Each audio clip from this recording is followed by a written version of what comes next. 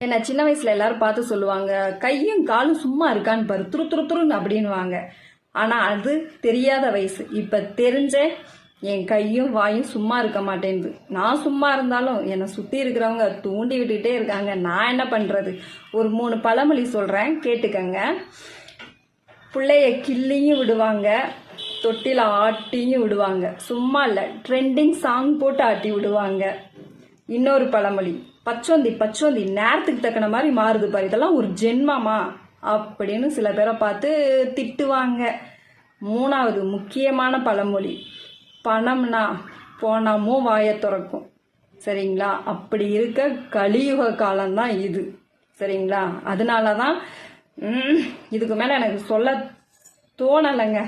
சரிங்களா? இந்த 3 பழமொழிய முடிஞ்சா இந்த வீடியோவை ஷேர் பண்ணுங்க. இது நாட்டுக்கு முக்கியம் இல்லை, சில பேருக்கு இந்த பழமொழி தேவைப்படும்.